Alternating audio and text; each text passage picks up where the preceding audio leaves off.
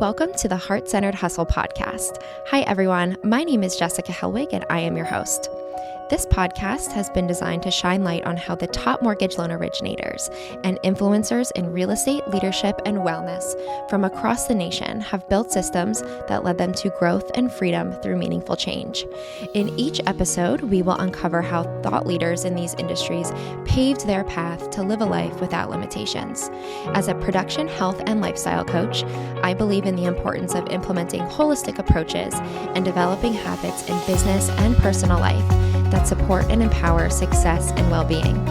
Through the theory of bioindividuality, we recognize that everyone has different wants, needs, and desires. By uncovering the things that support individual health and happiness, we have found that when implemented with intention, ultimately lead to success. As an advocate for creating flexibility and freedom in our lives, I am excited to welcome you into this space where we will discover how harnessing the power of a positive mindset and living in true alignment with our purpose will guide us to lead with our hearts and fulfill our greatest desires. Now, let's get started. Enjoy the show.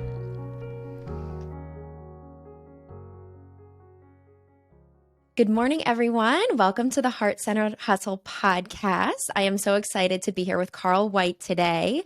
It's been quite a few weeks that we have been excited and ready to do this. So Carl, welcome. Very excited to have you here. And I'm excited to talk to you about overcoming adversity today. Well, it's an honor to be here in the first season of your podcast, and I saw it all over I saw it on CNN and Fox and ESPN and the Tampa Tribune and all this stuff. It's here, it's coming, and it's just an honor to be a part of it. So good to see you, my friend. Thank you. You too.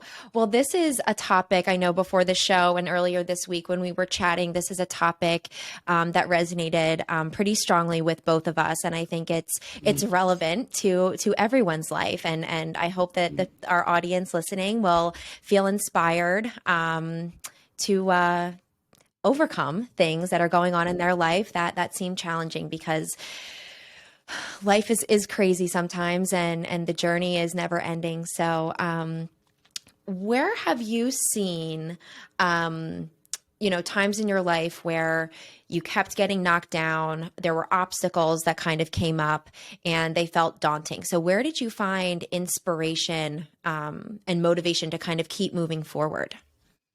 A lot of it, Jessica, man, I've had my times, things are pretty good these days, right? Things are pretty good these days. But I have had my times. And, for me, I just look at other people. And for me, I don't look at the Anthony Robbins or the Oprah Winfrey's. I'm huge fans of both of those people. But I don't look for them for encouragement, because I see Oprah and I go, well, of course she can do it. She's Oprah, right? You see Anthony Robbins, the guy's looks like he came off the magazine of GQ, and he's like 8'2", and he's chiseled and schmuck, and I'm not, right? And so I just looked at normal people that were doing really well, and I thought, it's the old, and this is not breaking news, it's like, well, if she can do it or if he can do it, they got nothing on me, and I think that was the biggest thing, and just knowing that. One of the challenges, frankly, Jesse, of your generation, is that you grew up, for a big part of your life has been social media. Yes. And on social media, you only see the good stuff, right? And the same with me, you only see the good stuff. We're in the process. I did a post the other day. A trip. We took a 30-day trip to Europe. We do that, pretty much every summer. We go to Europe. Didn't the last two, because of the COVID thing going on. But we take a lot of trips and all these good things. And I'm building a new 6-car garage. I saw that over here in the house. And, so anyway, we posted, hey, this is good and that's good, and here's it. What I didn't post is where. I stubbed my toe. I fell and broke a rib 2 weeks ago. And no. But that everybody does, right? And everybody has things, and everybody, my kids are this, or my wife is this, or I'm that, or I had a flat tire, or man, I went for an interview. They said no, right? So we all have those things. And I think a problem we have is, especially in the social media era, is like we only see the good parts of people. We don't see their scratches and dents. And one thing I have found is the more cars you have, the more flat tires you're going to have. And if you don't want any flat tires, that's okay. Don't have a car, walk. And if you don't ever want a tennis shoe to fall apart on you, we always call it a flat tire on the tennis shoe, the sole comes off or something like that. Don't own any shoes, walk barefoot. And so I think I think we just have to understand that like everybody goes through stuff, and it's just life, and we focus internally. Myself, I focus on the good parts, and and I don't dwell on the bad, because I know everybody's got them, and life has its seasons. Man, I've had some hard seasons. I think this last year was one of my best years ever. We made, and I don't share this out of bragging, but inspiration. It's like I made a little over $12 million last year. Wow. And so I'm making more per month, which I think last month it was 1.2 million. Wow, Carl. And I would have never have dreamed of doing that. But that's the good season. Like what you don't see is, oh, by the way, when I was in college, I was so poor that I literally slept on the tennis courts. I didn't have a dorm. I couldn't afford one. And I literally slept on the tennis courts. And the reason I slept on the tennis courts is because I was sleeping in my car, and campus security learned I was sleeping in my car. You're not allowed to do that. And so they learned what my car looks like in short order. So they would look for it, knowing that I was sleeping in it. So I couldn't sleep in there. So I went to the tennis courts. And the reason I picked the tennis courts is because they had a fence around them that was unlocked. You could walk in, but had a fence with a gate. Wow. And that kept, here in Florida, I'm in the Tampa Bay area. Here in Florida, we have possums and raccoons and things like that. I don't want armadillos, and I don't want the critters to be walking on me at night. So I had to find something that was fenced in. And so I literally slept on the tennis courts for a semester and a half. And when I get up in the morning, the gym is right next to the tennis court. And so I would go over there, and that's where I take my shower. And that's where I lived for a semester and a half. So you don't see that side, right? And that's not the side of, oh, my fond days of sleeping on the tennis courts, right? A lot of people think I'd be weird by doing that. So, this is probably the first group I've ever shared that with. Wow. And so we all go through stuff. Like we all go through stuff. And as long as you're okay with, hey, if I buy my third car, my fourth car, my fifth car, I'm going to have 4 times more flat tires, it's okay. So anyway, that's kind of a long answer to your short question. No, thank you so much for sharing that. And the journey of the guests that I plan to have on this podcast is what I think is so powerful to share. And that's why I love this platform, to be able to do that, because, how do you go from sleeping on a tennis court to making $12 million a year? So like, dissecting what that journey looks like for you and how you've been able to navigate life and follow your dreams to live this freedom lifestyle that you coach people to every day. It's just an amazing thing. And the opportunities that are available to everybody are just limitless. So Carl, I know that you do a lot of the coaching, and the Freedom Club is something that's very close to your heart. So, what were some of the action steps that you took, from that time in college, sleeping on a tennis court, to getting to where you need to go today? I know that there's a lot in between there, but, where were some of those times where you shifted your mindset, or you had a conversation with someone that kind of steered you in a different direction to get to where you are today? I think, I think there's 2 things. So number one, and again, this is not breaking news to anybody, is hang out with the winners. So like when I was in college, I hung out with the smart kids, and I wasn't a smart kid, right? So when I got into college, I didn't qualify to get in. In fact, and I'm not proud of this, but I lied to get in. I told them I was transferring down from another school, and which was not true. This was way before your time, obviously, when they couldn't just look up on the computer and see that I was going to this other school. And so I barely graduated high school, even though I did graduate in the top 48th percentile of my class because the school district I was raised in, 52% didn't graduate. Wow. So 52% of 21-year-olds from the area of Florida I grew up in, 52% didn't graduate. So the academics was not a big part of the entire community. We were all either pig farmers or orange grove workers or construction workers. I mean, that's just what we did. If I remember right, my school literally didn't even offer the SAT. Oh my gosh. And so it wasn't part of the dynamics. And so when I started college, I learned very quickly, man, if I'm going to survive this, I got to be resourceful. And so I didn't have to be smart, but I had to know who was. And so I would hang out with the smart kids. And I honestly don't know why they accepted me into their crowd. Because all the students that became my friends today are all doctors and attorneys and high level business. Or not all of them, but a good portion of them. Called it was the smart kids, and I got in their study groups. And I think how I got in their study group, it wasn't because of my scholastic ability, right? Because that wasn't there.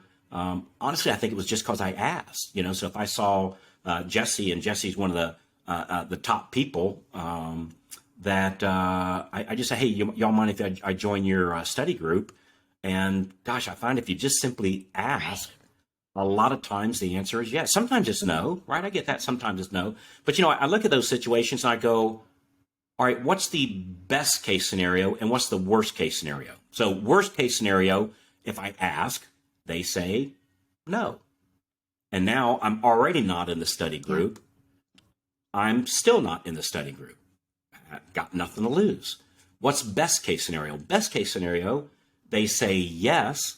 They help me catch up to speed because I never had any prep class like high school, like calculus or physics or like chemistry, like none of that, like ever.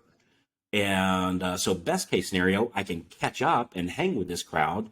And I don't know, maybe something good will come of it, And so you go worst case, what I got now, best case, a change in life and a change in direction for both me and at the time, my future family. And so I think it's just, it's the, you have to be okay. My father used to tell me, he said, son, if you don't skin your knees from time to time, you're not running fast enough. Oh, I love that. And I think we're so afraid of skinning our knees, or I'm so afraid of, well, if I don't make it, what's Jesse going to think of me? And what's everybody going to think of me? And they're all going to sit around and laugh at me and make fun of me. And that's totally not the case, right?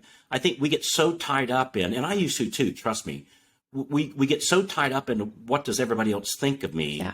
And one thing that I have learned is people don't think about us near as much as we think they do. They're too worried about what you think of them. Oh my gosh, right? yes.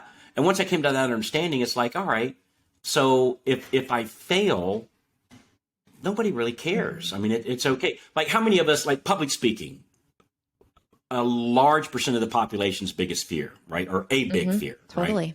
And I've sat in on some speak, I listen to a lot of people and go to a lot of events and whatnot. And I'll see a speaker, and some of them are fantastic. And frankly, some of them are not, right? Some of them are like, wow, he's really having a hard time at this. And I've noticed when you see a speaker struggling, the crowd doesn't start to snicker at them and make fun of them and laugh at them.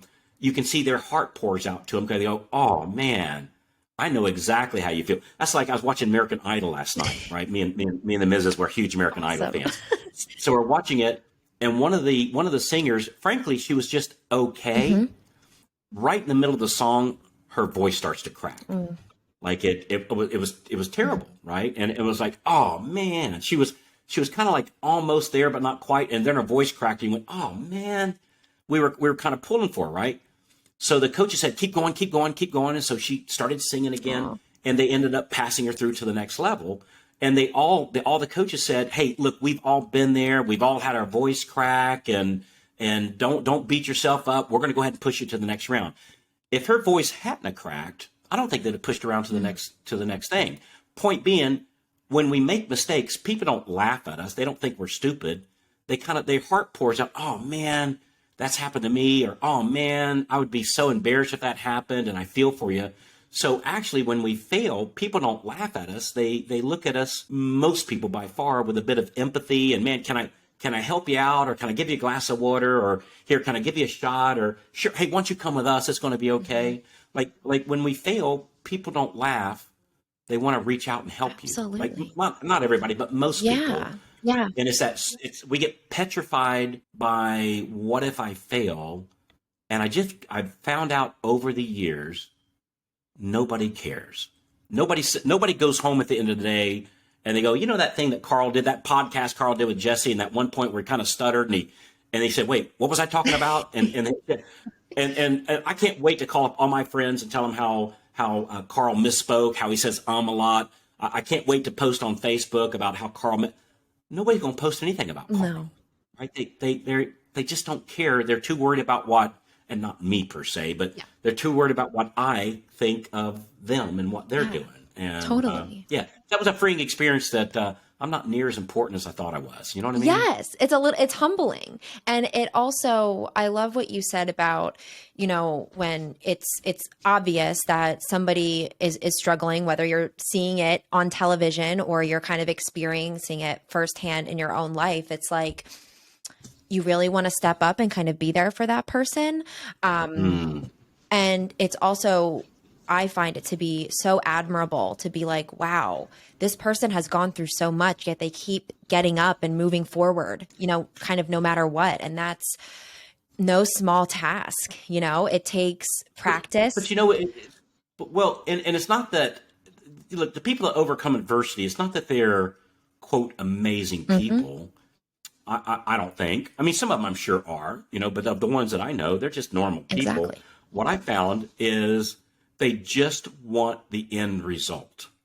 And so, like, and it could be something like, I mean, I'm just being honest. Like in college, I ended up doing really, really well. I ended up, which is hard for me to even believe, I graduated with honors. Great. And I ended up getting a master's degree in chemistry of all things, right? And it's just weird as heck.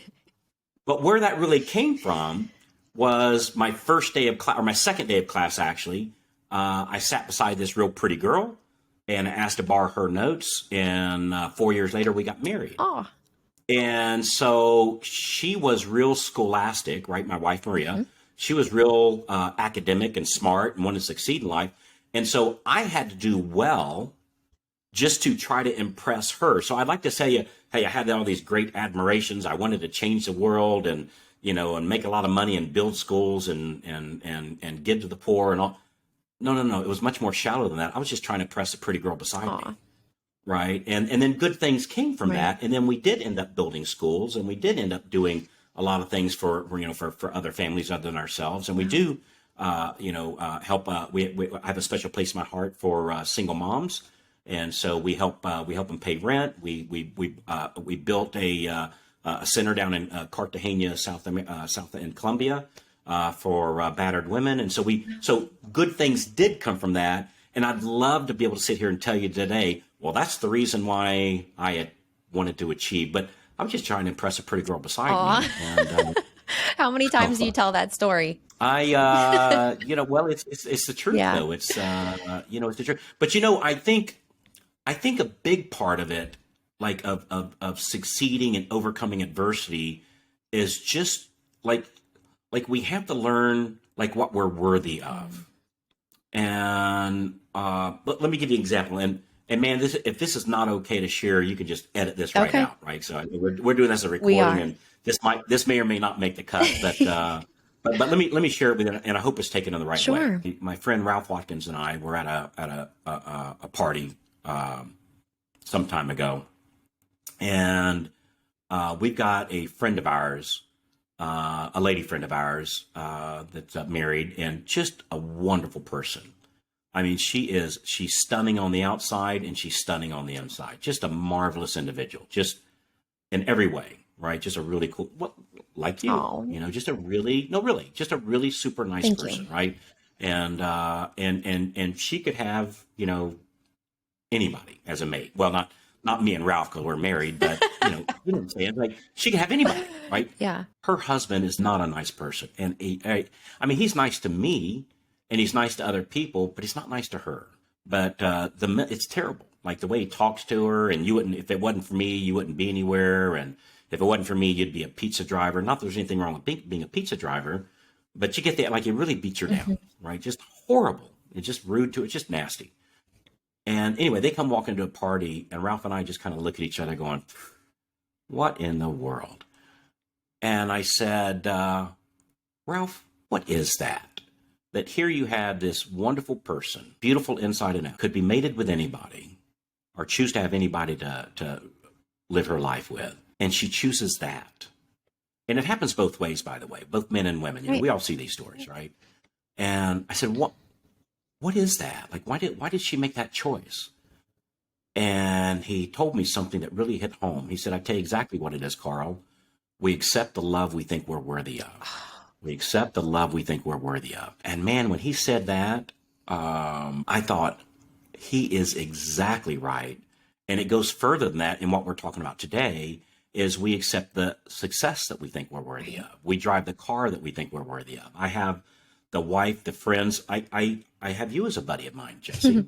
So you're a buddy of mine. We're buddies. Thank you. We are. And you're an amazing person. But that wouldn't happen until, and again, this might sound weird, and I don't mean for it to be or braggadocious, but that wouldn't happen until I go, you know what? I'm worthy of having great friends like Absolutely. Jesse. I'm worthy of driving a Rolls if I want Sure. to, or I'm worthy of like having success. And I find that the success happens after we understand what we're worthy of. And so when I was making 100,000, my limiting belief was that I'm only worthy of 100,000. And it wasn't until I within felt that I was worthy of 200,000 that I made 200,000. And apparently I've got it up to where I think I'm worthy of 1.2 million a month, you know, but that's what I made last month. And soon as I push my disbelief to the side and tell myself that I'm worthy of making 3 million a month or 36 million a year, that's the very year I'll make 36 million. How is that going to happen? When is that going to happen? And maybe it'll never happen. I don't know. But I do know that I have the friends, the success, the life that I think I'm worthy of. And I want to clarify that. It's not that I think I'm some great person, because I don't. Like, for me, it's a spiritual thing that I believe and just in my personal belief, it's okay to share this, of course, that my maker has decided that I'm worthy enough. So I'm not worthy because of who I am. For me, I'm worthy by grace.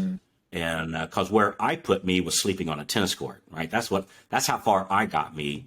And it wasn't until I started to understand what grace was and receive grace and to think of that I'm worthy of that grace and I'm worthy of Jesse's friendship, you know, that wonderful thing started happening. So we just have to reset that picture of who we are when we look into the mirror. And instead of going, hey, I'm a pig farmer, and there's nothing wrong with being a pig farmer, right? There's nothing wrong. I just wanted to I didn't want to be a pig farmer anymore. I wanted to do something different. And so by the way, I went from pig farming to egg washing. That was my big next step up. Wow. So I was a professional egg washer. Hey, I was a good egg washer. I washed 700, or our team washed 750,000 eggs a day. So 750,000 eggs a day. And so that's it wasn't always the trips to Europe and the, you know, and all these wondrous things and meeting with these fantastic people. But yeah, and you know back to you never know until you ask. I had a meeting not too long ago with Mr. Wonderful, so Kevin O'Leary from the Shark Tank, and met with him, and that was an amazing experience. And but it only came because I asked. You know, I just asked, and worst case scenario, he says no, and I never meet with him. Best case scenario, I get to have tea with Kevin O'Leary. How cool is that? That what for me, it was a cool experience. Awesome. It was cool. Or when I sat beside Maria. Here I am sleeping on the tennis courts, and this prettiest girl in class. That's why I sat beside her. She was the prettiest girl in class. Because the first day I scoped it out and went, okay, she's the prettiest one in the class tomorrow. I'll get here in time to sit beside her. And but it wouldn't have happened if I hadn't have sat beside her and asked to borrow her notes. And so a lot of it is you just ask. right? And amazing things will happen, and be okay with being told Right. no. Carl, Be okay with it. Carl, you touched on so many things within that story of just, accepting the love that you feel that you are worthy of. Mm, And, mm, again, like you said, within a career, how much money you want to make, the partner you want to have, where you want to travel, the life you want to live. yeah, Unless you yeah. believe that in your heart, you truly believe that, like you have to show up too. What I think it is we have to have a very clear picture of, and I did this one, the first time I did it was one Saturday afternoon sitting at my kitchen table. And I sat there and I thought, all right, where do I want to be 12 months from now that I'm giddy or happy with my Hmm. progress? So I put on a piece of paper, I put, here's where I am now. Here's the hours that I'm working. Here's where I'm driving. Here's where I'm living. This is what it looks like. This is what I'm having for breakfast. This is who I'm sitting with for breakfast, which I'm very grateful Hmm. for. When I look out my window, this is what I see. And then 12 months from now, where am I having breakfast? What am I seeing? What we've just done when we do that is we've given our brain a problem to work on. So the brain is an incredible thing. And if we give it a problem and just let it sit there mulling on that problem, it'll come up with a solution. And so if I go, all right, what do I want? I want this. Do I think I'm worthy of it? I'm beginning to think I am. And again, this is not in a Of braggadocious way, course. right? But it's like I'm beginning to think that I am, or I'm at least open that I might be. And then I say, all right, just kind of put that aside. And when you do this exercise of here's where I am, here's where I want to be in 12 months, you got to write it down. And for me, and maybe it's because I'm old school, you can't do it on a computer. You have to do it on pencil and paper. There's something about thinking and then writing it down with your hands. Something magical happens.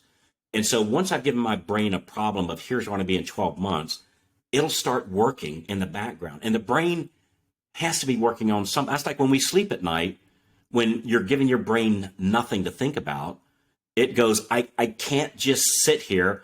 I'll start making stuff up. Right.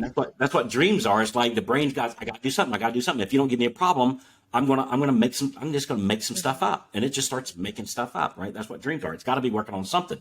So if we're gonna give it a problem, let's give it a good Yeah. one. Like this is what I want in 12 months. All right, brain, start working on that. And I find that just on my day to day, I start doing things and things start happening and whatnot. And when I look at my list for the next year, so a year goes by and I look at what I wanted to happen, I'll look at last year's and I'll go, amazing on how much of that happened. And I don't think it's magic pixie dust or anything. I think, and again, my belief system, part of it's grace, a huge part of it's Mhm. grace. But then it's the giving my brain the problem to work on in just my day-to-day routine. It's like solutions Yeah. happen. And before I know it, I'm on an amazing podcast with Oh, Jesse as part of my bucket list for the next year, and that's how this stuff wow. works. Yeah, that's true. Like, and I love what you said about writing it down on paper. I do that too, and it's powerful because you're not just leaving it inside your heart or inside your mind. You're really calling it into existence in that way. But I am curious. I know earlier this week when we were talking, we talked about the ego, and when we spoke about that, I asked you, well, how would you talk to someone who is struggling to get past that mental block of listening to their ego and having that on, one of their shoulders saying, "Oh no, you can't do that. You're not smart enough to do that." Or, just kind of talking you down. So how would you coach someone, or what would you suggest to them to say, you have to move past that? Or how do you move past that? Because that's what's holding us back ourselves. 100%. So I think it's a couple things. First of all, I call it little guy. So little guy on my Yeah. shoulder, right? And look, my little guy's always there. But before we hit the record button here, Jesse, my little guy says, "Hey, dude, who are you?" And Jesse, she interviews these amazing people, and she's got this following. And who are you to be a guest on that, right? So my little guy talks to me all the time, and I flick him off my shoulder, so to speak. And I've just learned I just flick him off the shoulder, and I just push disbelief to the side, and I make a simple small decision: just go ahead and do it anyway, even though I'm afraid. I heard somebody told me one time something I just love, and it's like, "Hey, Carl, what's the difference between fear and courage?" And fear is peeing in your pants, and courage is doing what you need to do with wet pants on. And what that means is everybody feels fear. Everybody feels fear. I feel fear. I felt fear before you hit the record button here. I feel fear now, right? It's just the people that make it, they feel that fear and they do it anyway. Yeah. And so you feel the fear of pee in your pants and do what you need to do with wet pants on. So you're going to feel the fear. And my running joke is I always wear black pants everywhere I go, so nobody can tell. That and obviously I say this, with tongue in cheek, but I'm peeing in my pants all the time, and so I just wear black pants. And wow. Yeah, we can't wait until we feel confidence. I won't be confident until after this call. I'm not confident until after my meeting, until after that phone call, until after that stage experience, until after I ask her out for a date. That's only when the confidence. If I sat and wait for the confidence before I did anything, it never happened. So true. And so what I feel is fear. I do the action, and the confidence comes after. And even if she says no, he says no, they say no, this situation didn't happen, I still feel confident that I ended up. At least I took up and swung at it. Right? I got a ball pitch. I didn't sit there and watch three balls go out and strike out with ever taking a swing. If I'm going to strike out, and I strike out a lot, but by God, I'm going to step up plate and take a swing. And, nobody laughs at me when I strike out. When we're watching baseball, hell, most of the time they strike out, and we don't laugh at them when they strike out. We go, like most times he didn't get on base this time. But when they do get on base, we cheer and have a standing ovation for them. So it's okay to strike out. Everybody does. So true. Right? Everybody. So true. And I love what you said about courage. And I'm not sure if you know this, actually, before I started the podcast, I found out what the root of the word courage means. Do you know what it means? I do not know what it means. Tell me. So it means heart. So when I think about the heart-centered hustle, without knowing this before I even came up with this idea for the podcast, courage, personal courage for me has been something that I've wanted to step into myself and to express more vulnerability and to create more authentic connections and have awesome conversations like this with wonderful people like you. And it's something that is scary. It's unknown. If you've never done it before, like you said, you're not going to have the courage to do it until you do it. And then you do it again and again and again. And then those things that at one point in your life were very scary or intimidating become almost second nature. And even though I was a little bit nervous before we do these episodes, it's just because it's new. And thinking about why I started this podcast, to create a space, to create an environment for people to come, to be inspired, to share these stories, but to also get a little bit vulnerable. And thank you for sharing your heart and sharing your experiences, because that, I believe, gives other people permission to do that too. And what a different world we would live in if everyone felt like it was okay to step into their power to do that. And the funny thing is, we don't even know what our power is until we do it. Like, most people never find out what they have a talent in. And so, because I think we're all given talents. And I mean, I might be the best banjo player ever. I've just never picked one up, so I don't know that. And so I think a lot of it is, look, a lot of times in my life, I was at the right place at the right time for all this to come into play, right? And so some would think, and I might be one of those, it was divine intervention. And some would say, you know what, Carl, you were just a lot of places a lot of time. And when you're at a lot of places a lot of time, things tend to work out. And they do. And so with all the asking for the business, asking for help, asking for opportunities that I do, hell, I can be told no 86% of the time. And, the 14% that they say yes, it's made me a fortune. There you go. And it's just constantly asking. And I just go back to, it's hanging out with the winners. Even if I don't feel like I'm a winner, the old you are who you hang out with. And that is so, so, so true. There was a time in my life where, frankly, we don't have time to tell this, but earlier in my life, I used to sit around a fire pit and get drunk and get stoned every single night, every single night, every single night. It's not something I'm proud of. It's just a historical fact.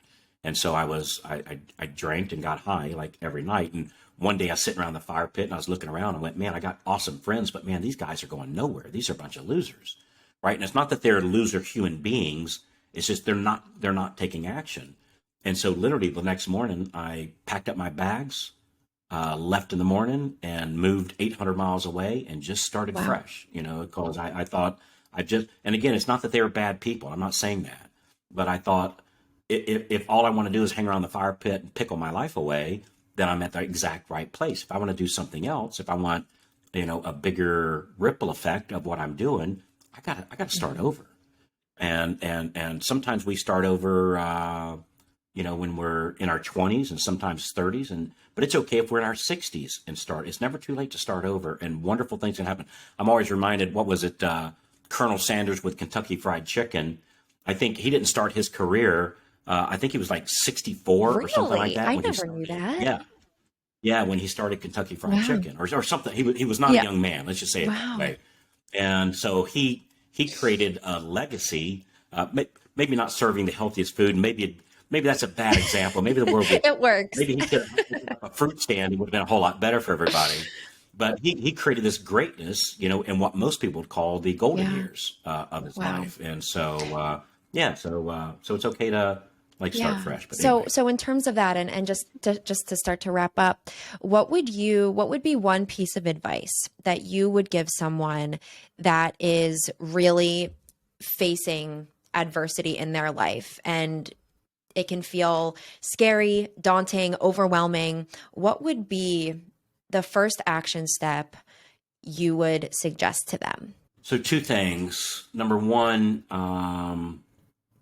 what's the old saying? This too shall pass. So I've had some hard times in my life, and I have.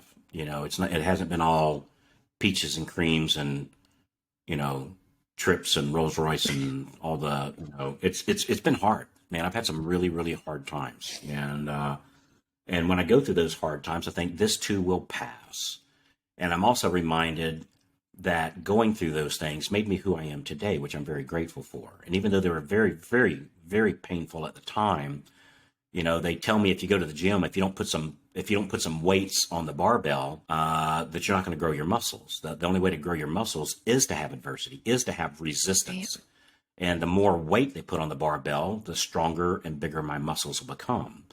And so the same thing in life, that the more adversity you run into, the better of a person I'll be, the better husband I'll be, the better friend I'll be, the better father I'll be, the more opportunities I'll have to teach my children how to raise my grandchildren, right? The more influence I'll have in today's world in a good way.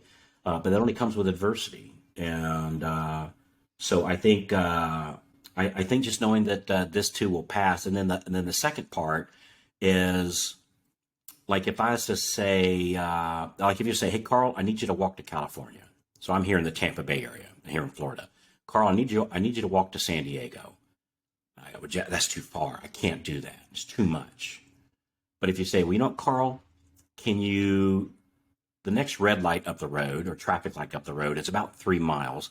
Can you give me that today? Can you walk up to Klosterman Road? I just made up a name, but can you walk up to Klosterman Road, which is 3 miles? Well, I can do that. Sure, I can walk 3 miles, right? It won't be easy, but I can walk 3 miles. A little hot outside. It might rain on me. Might have a few mosquitoes, but I can do that. I can do that. And then I get there and you go, all right, cool. Hey, the next one is Belcher. Can you give me that? Can you give me that? I can do that. I can go to Belcher, sure. Well, if we just keep doing that, before we know it, we're dipping our front tire, we're dipping our tennis shoe in the Pacific Ocean in La Jolla, just north of San Diego. We're there.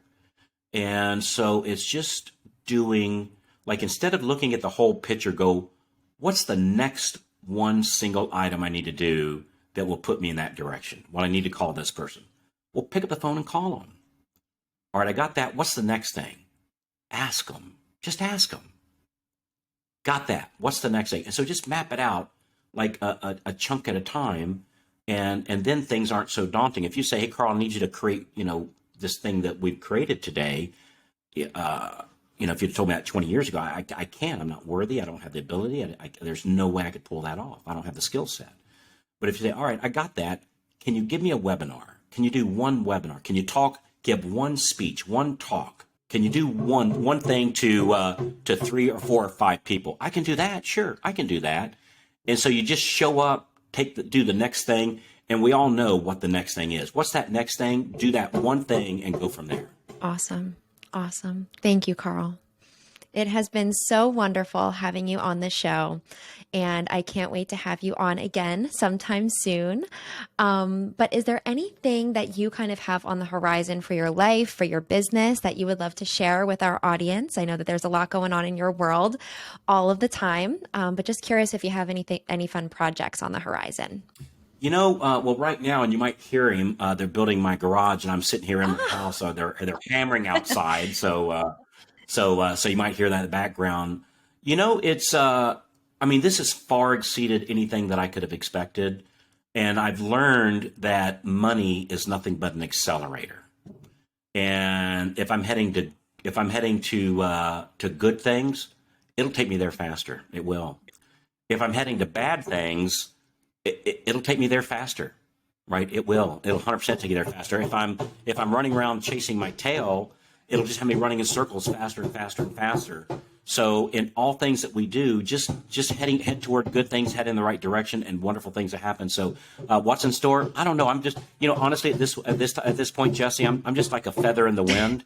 And I can't wait to see what's next. So I'll just keep doing the next right thing. Beautiful. And it was an absolute honor being here on your podcast. I apologize for taking up so much of your time. It's just I get in front of you, I get a little starstruck, and it's hard. I just don't want to let go. But thank you so much for your time. I really Carl, appreciate it. you are the best. This was such an amazing conversation, and I'm inspired by you. And thank you so much for sharing your story and sharing some inspiration with all of our listeners. I know that your message and journey will resonate. So thank you again. And do you mind just sharing with everyone where they can reach you, get in contact with you on social media if they are interested in learning more about you and your businesses? I think so. I primarily work with loan officers. So if you're a loan officer, we do a really cool thing called Loan Officer Breakfast Club. And we meet every Monday through Thursday on a Zoom meeting from Eastern time from 8:30 a.m. till 9 a.m. And we share wins, like what's working. We talk about people's challenges. What are they trying to overcome? And then we give an action step. Here, do this today. So it's Loan Officer Breakfast Club. It's completely free. It's our gift to the industry. So we love doing people that's outside of the industry. Hey, just hook up on Facebook. Just Carl White. I'm not the Brad Pitt looking guy. I'm the other Carl White here in the Tampa Bay area. The name of our company is called the Mortgage Marketing Animal. So you can tell that I'm hooked up that way. But yeah, for the loan officers, Loan Officer Breakfast Club, super cool. I'm doing that with partners with 3 other industry leaders. It's absolutely just knocking it out of the park. And but for everybody else, let's just hook up on Facebook, and I'd love to see what people are up to. So I love watching people's journeys. Thank you. And I will be sure to include that in our show notes below. So anyone that didn't quite catch that can check in after the show. But just to wrap up, I like to do 2 rapid fire questions. So are you ready? Oh dear. Okay. As long as my carpenter is ready up above here. I'm trying to keep my mic muted in between words here. That's all right. You're good, my friend. So how do you recharge? I work Monday through Thursday, 9 to 5, no weekends, no evenings, never before 9 o'clock in the morning, ever. And so I take Friday, Saturday, and Sunday off every single week, and it gives me a chance to recharge. So how you recharge? Take time off. There's no exception. I was telling this so every morning, me and the lovely Mrs. White, we have our morning tea or breakfast out on the front porch, right? We do that every morning. So I was talking to somebody, and they said, well, Carl, I show up to the office at 6 o'clock before it gets crazy. So I couldn't do that. And I said, well, dude, what if we get rid of crazy? Like, what would it look like if we got rid of crazy so we don't have to have crazy at the office? And second of all, if you're not having breakfast with your wife, who is? Right? And he said, well, I guess nobody is. And I said, buddy, that's best case scenario. Right? That's best case scenario. So yeah, the best way to recharge your batteries, Yeah, recharge your batteries, like unplug, period, no exceptions. Beautiful. So, Love it. Thank you. Last one. Who inspires you? the unsung Mm. heroes, the the the single mom that's raising 3 kids on her own is working, comes home, changing diapers, doing the homework, cooking supper, doing the dishes, um, exhausting, passing out at the end of the day from sheer exhaustion, and then getting up the next morning and doing it all over again. Man, I'm just being honest. It's the moms of the Mm. world, that I'm just really, really inspired by that, and I'm convinced that God gave the women not the job of raising the kids, right? Because I think in my belief Right. that's a family Yeah. unit. But he gave mom the ability to actually bear the children, cause man, us men just aren't up to the task. I'm just telling you that I'm convinced that if Adam and Eve, if Adam would have had the firstborn, and he'd have had Cain, would have tapped out, said, "Man, I'm never doing that again," and humans would have ceased to exist. So yeah, so I'm inspired. I'm just being honest. I'm inspired by the women of the world that they take on the responsibility many times, sad but true, many times the responsibility of being the breadwinner of the family, of raising the children, of doing all that. Man, I'm humbled and yeah. So that's the people that inspire me. It's unsung heroes. Yeah. Thank you. That was beautiful. Thanks again for joining us for another episode of the Heart Centered Hustle podcast. As always, I've been your host, Jessica Hellwig. Don't forget to visit us on Apple Podcast, Google Podcast, or Spotify, and check out my YouTube page. If you're a real estate agent or a loan officer and are looking for a change of pace or looking to grow your business, reach out to me at jhelwig@annie-mac.com. That is JHELWIG at Annie, ANNIE-MAC.com, or shoot me a text at 610-301-9706. And you can also find my contact info in the show notes below. Thanks so much for listening, and I'll see you next week.